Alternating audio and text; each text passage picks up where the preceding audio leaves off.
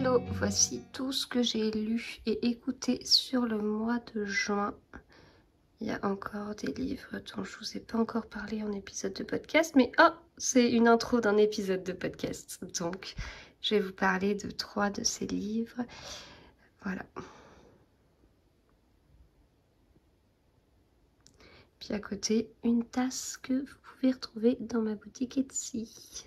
Hello, j'espère que vous allez bien. Je vous retrouve dans cette journée automnale, entre 2 jours estivaux, mais voilà, j'ai pas pu filmer à ces moments-là. Eh bien, en cette journée automnale, on va parler de livres. Voilà, c'est un temps à rester à la maison et à lire. C'est pas ce que j'ai fait aujourd'hui, mais voilà. Alors, eh bien, vous avez dû le voir, les épisodes de podcast se suivent et ne se ressemblent pas du tout.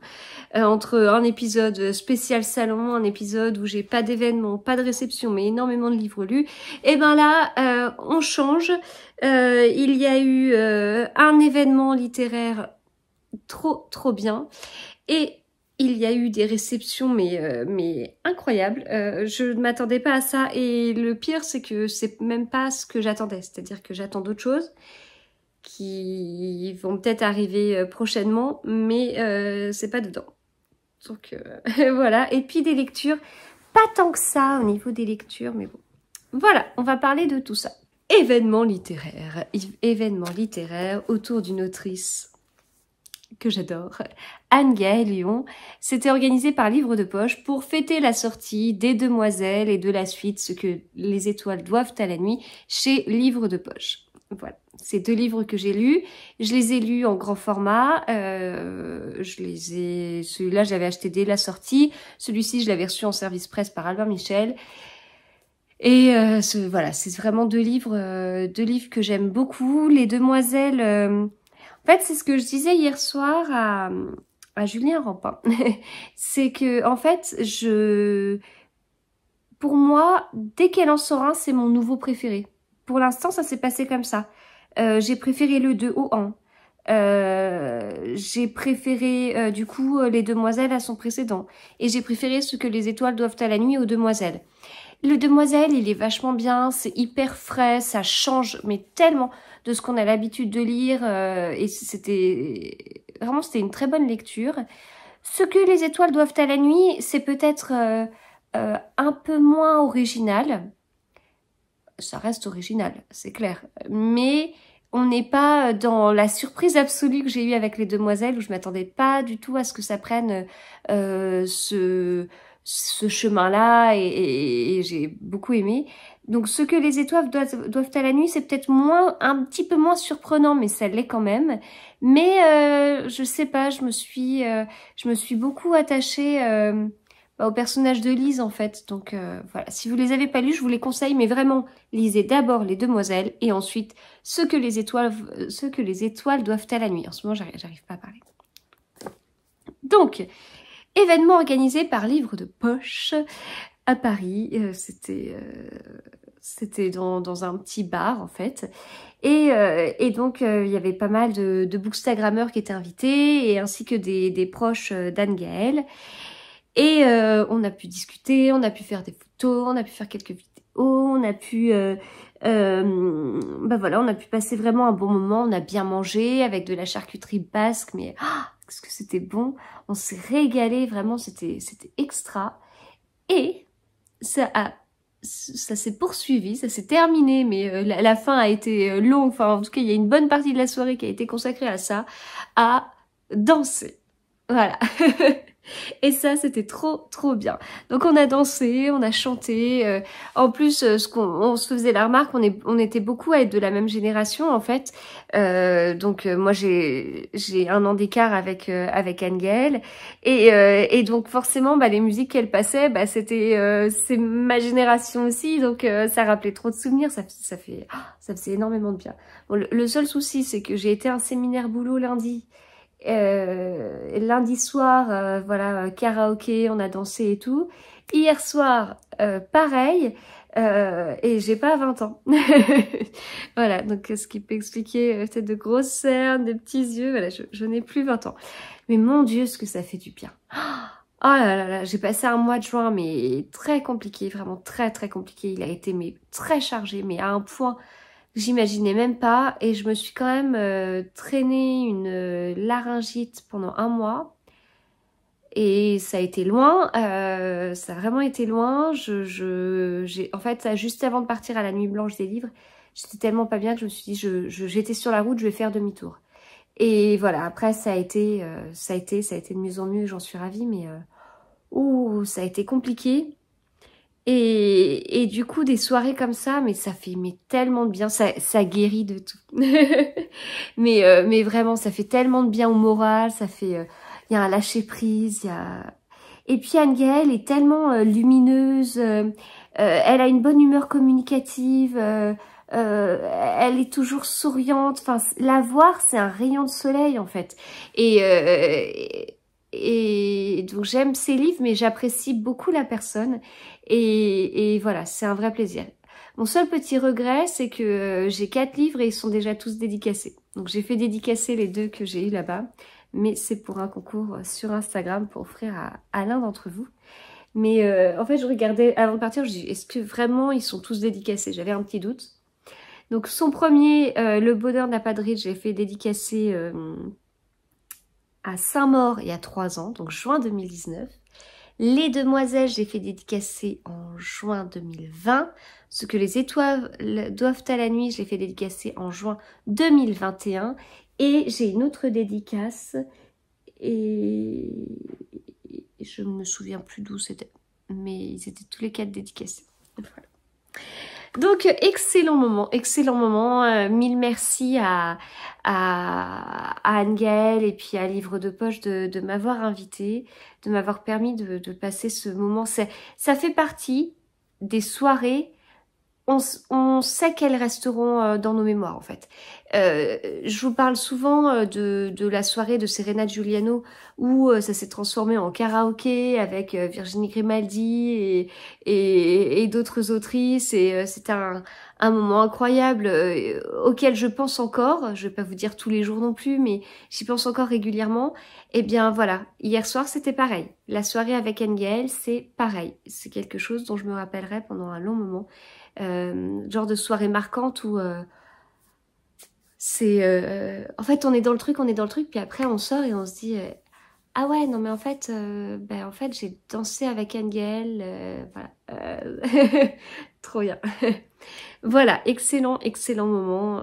Comme je vous dis, je ne peux que vous conseiller ces livres qui sont très très bons. Ma mère vient de les découvrir, elle adore, elle a adoré notamment Les Demoiselles. Et voilà, très très bien, très très bien. Je passe maintenant aux réceptions. Attends, mais c'est la folie. Florence de Flow & Books organise un no-buy. Alors moi, en fait, un no-buy, c'est pas possible. En fait, c'est si vous avez regardé ma vidéo sur les salons de ce week-end, vous avez dû voir que j'ai énormément rempli ma palle. Et en fait, le souci, c'est qu'on a acheté des bibliothèques il n'y a pas très longtemps et en fait, elles sont déjà remplies. C'est parce que ma palle, là, elle s'est pris un gros coup et j'ai fait plus 30 livres là en une semaine avec tout ce que j'ai reçu et ce que j'ai acheté.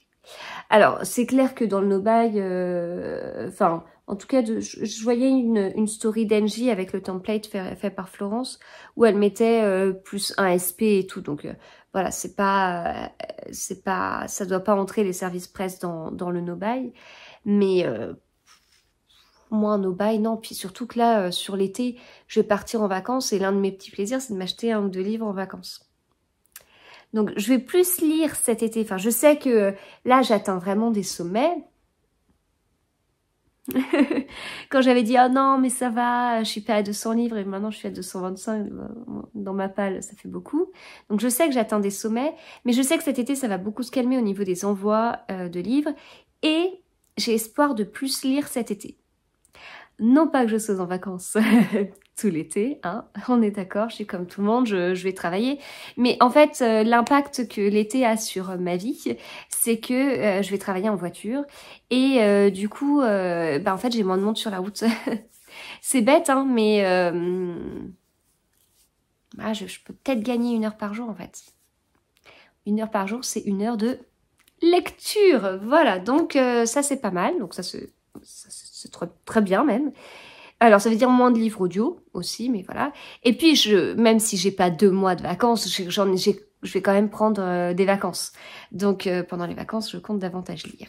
Donc je m'inquiète pas. À un moment donné, tout ça, ça va se régulariser et tout. Mais en attendant, j'ai une bibliothèque à lire qui est pleine à craquer. Pleine à craquer, ça veut dire que j'ai mes livres qui sont comme ça, que derrière, hop, je sais pas si vous voyez, j'ai une autre rangée de livres derrière. Non, vous voyez pas en fait, mais c'est pas grave. Là, j'ai les livres qui sont à l'avant, j'ai les livres qui sont à l'arrière là. Donc c'est pareil dans ma bibliothèque à lire. Et puis en plus là, j'ai des livres. Voilà. Donc voilà, c'est comme ça, mais je m'inquiète pas, Non. Soit c'est du déni, soit c'est que vraiment ça va aller, mais je vous montre ce que j'ai reçu. Alors, quand je vous dis que ça a été un peu la cata là, voilà. Et j'ai vu des stories, pas mal de stories de personnes qui avaient reçu leur livre de la rentrée littéraire Albin Michel. Ça veut dire que ça va vraiment pas tarder. Et c'est pas de temps. Donc vous imaginez, c'est une palme et qui va bientôt s'agrandir. Voilà. Et ça, c'est que des réceptions. Les achats, je vous les ai montrés. J'ai bien dépensé ce week-end. Hein, à Saint-Maur, j'en ai vraiment profité. Vous savez quand même que j'achète pas tant de livres que ça. Parce que j'en ai plein à la maison qui sont trop bien. Mais là, Saint-Maur, quoi. Saint-Maur, la nuit blanche des livres, fallait se lâcher. C'était l'occasion de voir les auteurs et tout ça. Bon, bah écoutez, je l'ai laissé là. Ce sera plus simple. Je vous dévoile petit à petit ce que je vais vous montrer. Alors, je fais partie du gang Pocket depuis très peu de temps. Et j'en suis ravie. Je suis très très contente de faire partie de cette team. Et du coup, j'ai reçu leur catalogue et j'ai pu choisir des livres dans le catalogue et j'ai choisi ceux-là. Au hasard, ce sont 3 policiers thrillers avec le nouveau logo, la nouvelle charte graphique et compagnie. Un petit Franck Tillier, 1991. Il faut juste que je me renseigne avant sur l'ordre. Je sais qu'il y a des one-shots et je sais qu'il y en a où c'est pas des one-shots. Donc, il faut que je me renseigne pour savoir si je dois lire autre chose avant. Un Charlie Lapna, j'en ai déjà un dans ma palle que j'aimerais lire. Une voisine encombrante. Donc, voilà. J'ai de très bons échos quand même sur cette autrice. On va voir ça. Et puis, Ruth Ware, j'en ai... Alors, de cette autrice, j'en ai un dans ma palle et j'ai un livre en cours. Les 5 règles du mensonge. Pareil, j'ai assez hâte. Pour l'instant, celui que je lis, là, le début est pas mal du tout. Bon, j'ai juste un petit souci de lecture en ce moment. Je vous en parlerai peut-être un petit peu après, mais vraiment pas mal du tout. Et où Reese Witherspoon a dit « Impossible de lâcher ce livre ». Je suis pas tous ses avis hein, sur des livres, d'autant plus qu'elle parle d'un livre souvent écrit en anglais, qui est pas sorti encore en France, donc j'ai toujours un décalage. Mais le peu d'avis que j'ai entendu sur des livres que j'avais lus, je suis assez d'accord avec elle. Donc on va dire que je vais lui faire confiance. J'ai reçu des éditions Charleston un petit Lucinda Riley en poche, Le secret d'Elena. De la part de Actes Sud. Alors en fait, Actes Sud, alors je sais pas comment je suis arrivée à recevoir des services presse Actes Sud. J'ai une petite idée. Je crois que c'est parce que j'avais été contactée par un auteur chez Actes Sud qui m'avait envoyé un livre. Et à partir de là, j'ai commencé à recevoir des envois sauvages de chez Actes Sud Junior. Et en plus, un catalogue. Les livres de chez Actes Sud Junior, c'est ce que je reçois, j'en ai reçu pas mal quand même. C'est principalement du young adulte ou du vraiment ado, et moi j'en ai pas encore à la maison. Ça va pas tarder, hein, je veux dire, ils sont en train de grandir comme tout le monde, mais voilà. Et donc je reçois ces envois sauvages que je garde de côté, que je laisse de côté pour ma grande quand elle continuera à grandir et qu'elle sera en âge de lire ça. Et je reçois les catalogues. Donc là, on a regardé avec les enfants hier et il faut que je fasse une demande d'un livre. Donc j'ai reçu celui-ci de chez Actes Sud Junior, Les Errantes. Très belle couverture. Mon mari m'a offert un livre ce week-end et en fait il m'a offert un livre de Cédric Cyr samedi alors que je voyais Cédric Cyr samedi, enfin que j'ai vu Cédric Cyr samedi et en fait je lui raconte ma journée et tout puis je dis tu vois j'ai vu Cédric Cyr puis je lui ai dit j'ai lu ça, tu me conseilles quoi et tout et il me dit bah il t'a conseillé quoi? Bah, il m'a conseillé Vindicta. Et puis c'est pas parce que moi j'avais celui-ci. D'accord, je prends. La mort en tête. J'aurais peut-être dû l'amener dimanche pour le faire dédicacer par Cédric Cyr. En même temps, j'ai eu une chance de folie samedi parce que je l'ai vu à Saint-Maur. Il y avait personne à son stand. On a pu discuter un peu et tout. Quand je suis arrivée, il était en train de ranger ses livres. Dimanche, pareil. J'arrive, il était en train de ranger ses livres et tout. Et j'aurais pu en profiter.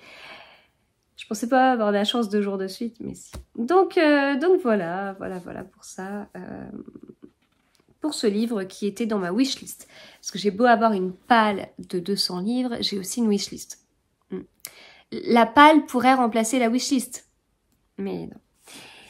Envoi sauvage aussi, j'ai reçu celui-ci les dernières heures, de Ruth Druard. En fait, au début, je dis, attends, mais en fait, j'ai eu un petit doute, en fait. Ruth Druard, mais... Non, c'est pas la même personne. Mais en même temps, ça me disait quelque chose, mais c'est l'autrice de L'Enfant du train, que j'avais bien aimé. Chez City aussi. Donc les dernières heures, voilà, envoi sauvage, parce que je ne demande plus de livres à City, mais en même temps, franchement, celui-là, je vais le garder pour le lire. Voilà, Un amour interdit au cœur de la Seconde Guerre mondiale. Je parcours la 4e de couverture, ça commence à m'intéresser, mais on verra plus tard. J'avais été contactée par les éditions Rivage pour... Alors, c'était pas au départ pour recevoir ce livre, c'était pour rencontrer l'auteur, mais je ne pouvais pas. Donc, du coup, j'ai reçu le livre dédicacé.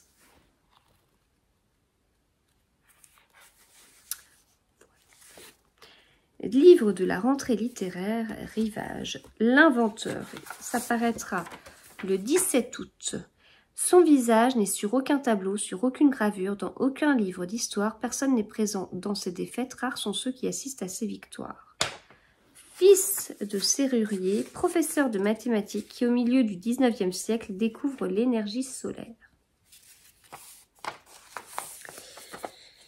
C'est un beau livre. Hein. En fait, c'est marrant parce que même ce bandeau que moi je ne garde pas, il est sur du papier irisé. Et là, la couverture, ce que je vous montre, vous ne voyez pas. C'est irisé, vous voyez là? Oui, là, vous voyez un petit peu mieux. Et le papier, il est un peu texturé. Non, ça, j'arrive pas à vous montrer. C'est un livre qui n'est pas très épais, 200 pages, 199 exactement. Ça me tente bien. Ça m'intrigue et ça me tente bien. J'ai reçu de la part de J.C. Lattès, un livre pareil de la rentrée littéraire, Houston, Osaka de Brian Washington. Voilà. Je pense pas le lire rapidement, mais j'ai prévenu. De la part de chez Fleuve, j'ai reçu ces épreuves non corrigées qui sortiront le 15 septembre. La collectionneuse de mots, ce livre m'attirait énormément. En 1901, le mot « bonne à tout faire » est absent du premier dictionnaire d'Oxford. Ce roman est l'histoire de celle qui l'a volé. Esme est née... Je vous lis la suite parce qu'en fait j'ai envie de lire la suite. Esme est née entourée de mots. Orpheline de mère, elle passe son enfance dans le scriptorium où son père, lexicographe, rassemble des définitions pour constituer le tout premier dictionnaire d'Oxford. C'est là qu'elle découvre un jour une fiche égarée dont personne ne semble se soucier. Bonne à tout faire sera la première de sa collection. La petite fille décide de sauver tous les mots que son père et ses collègues écartent à cause de leur trivialité ou de leur prétendue vulgarité.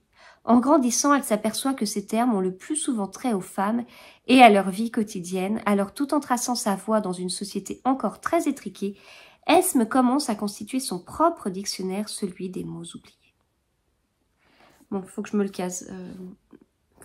Début septembre. Voilà, avant qu'il sorte. J'ai reçu ce livre, pareil, de chez Fleuve, mais en fait, j'avais tellement envie de le lire.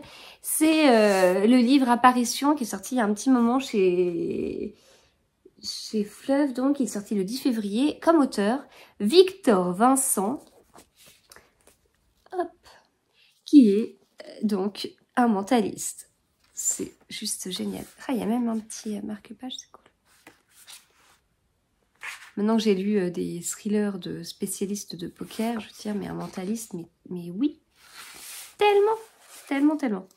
Ce livre m'attire, mais depuis tellement longtemps, il me titillait à chaque fois que je le voyais dans des librairies. Puis, vous savez, j'ai toujours ce truc de me dire, non mais attends, ok, il t'attire, mais tu te rends compte de tout ce que tu as dans ta palle. L'auteur aurait été là, j'aurais pris sans souci, parce qu'il y avait la valeur ajoutée avec la dédicace, mais à chaque fois que je le voyais, il n'y avait pas l'auteur. Donc j'ai été raisonnable. Et puis voilà, je suis contente de l'avoir, donc j'aurais hâte de lire. Et puis ce livre dont je vous avais parlé, ce matin, Un lapin d'Antitio Meinen, qui m'intéresse et en même temps, je pense que je vais prendre cher. Parce que je vous en avais un petit peu parlé, c'est l'histoire... Bah, je vous lis la 4e, ce sera plus vite, ce sera plus rapide. Je suis fatiguée. Henri est mathématicien dans les assurances et calcule tout, au travail comme dans la vie. Pourtant, il va se retrouver contraint d'affronter l'incalculable. Après avoir perdu son travail, il hérite d'un parc d'aventures et découvre ses étranges employés et ses surprenantes difficultés financières. Sans parler de ces dangereux criminels qui ont bien l'intention de récupérer leur argent avec intérêt. Sa rencontre avec Laura, artiste au passé mouvementé et pleine de joie de vivre, ne va pas l'aider. Car soudain, Henri doit faire face à des émotions et des situations qui ne peuvent pas être résolues par un simple tableau Excel. Un roman à l'humour plus noir que noir sur l'amour, la mort et les mathématiques actuarielles. Je ne fais pas de mathématiques actuarielles, donc je prendrais peut-être moins cher. Je fais juste des mathématiques et Excel est mon outil quotidien. Mais voilà, on verra, je vous dirai. Voilà. Voilà au niveau des réceptions, donc voilà pourquoi ça ne passe plus. Maintenant, je vais passer au livre que j'ai écouté et lu. Alors, j'ai écouté ce tome d'Agatha Raisin, c'est le tome 29, Sonne les cloches. Alors, difficile à résumer parce que c'est un 29e tome et ils se suivent globalement, on a quand même un bon fil rouge, donc voilà.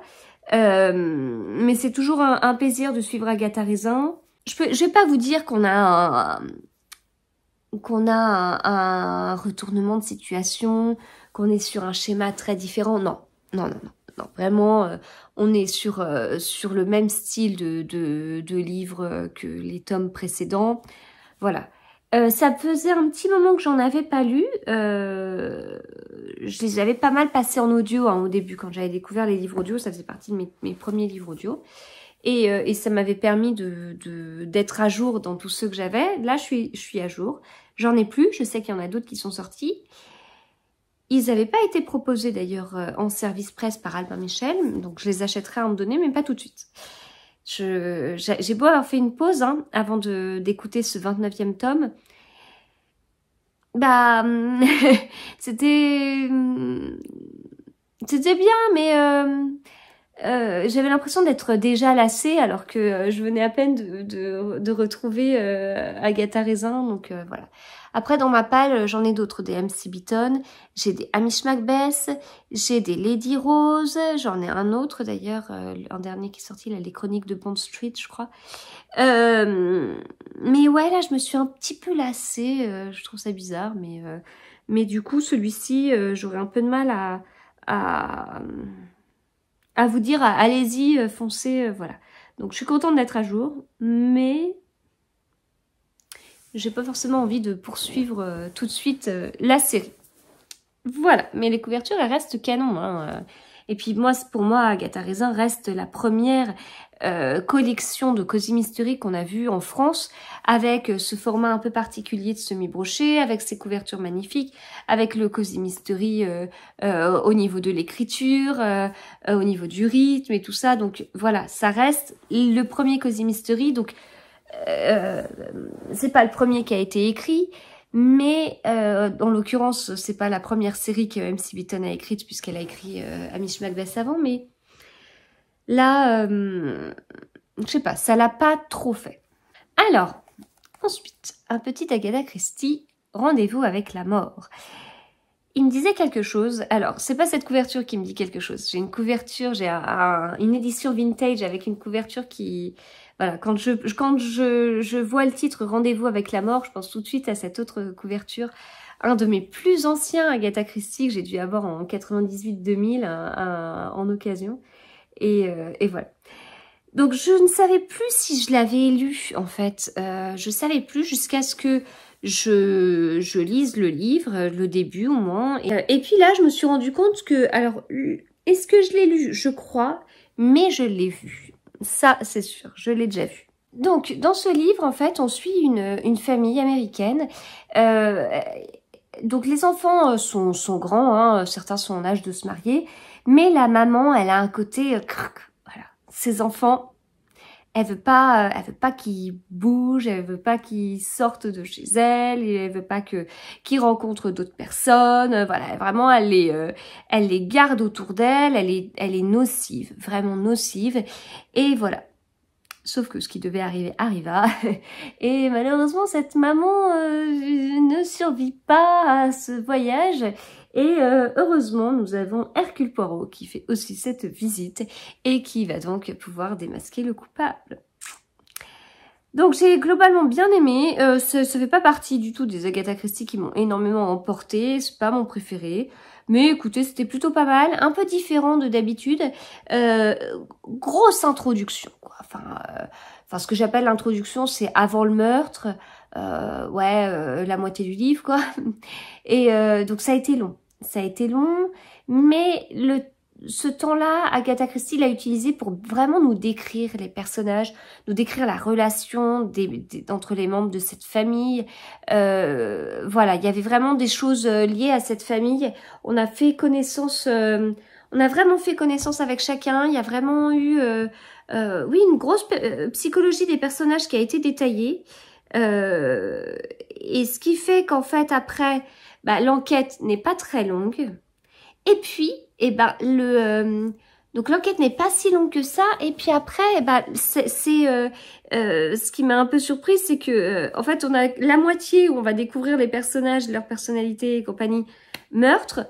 Et dans l'autre moitié, il faut caser l'enquête et le dénouement. Et le dénouement chez Agatha Christie, c'est toujours un petit peu long parce que Hercule Poirot rassemble toutes les personnes impliquées parce qu'on est toujours un peu dans des huis clos. Donc, il y a toujours un nombre de suspects défini.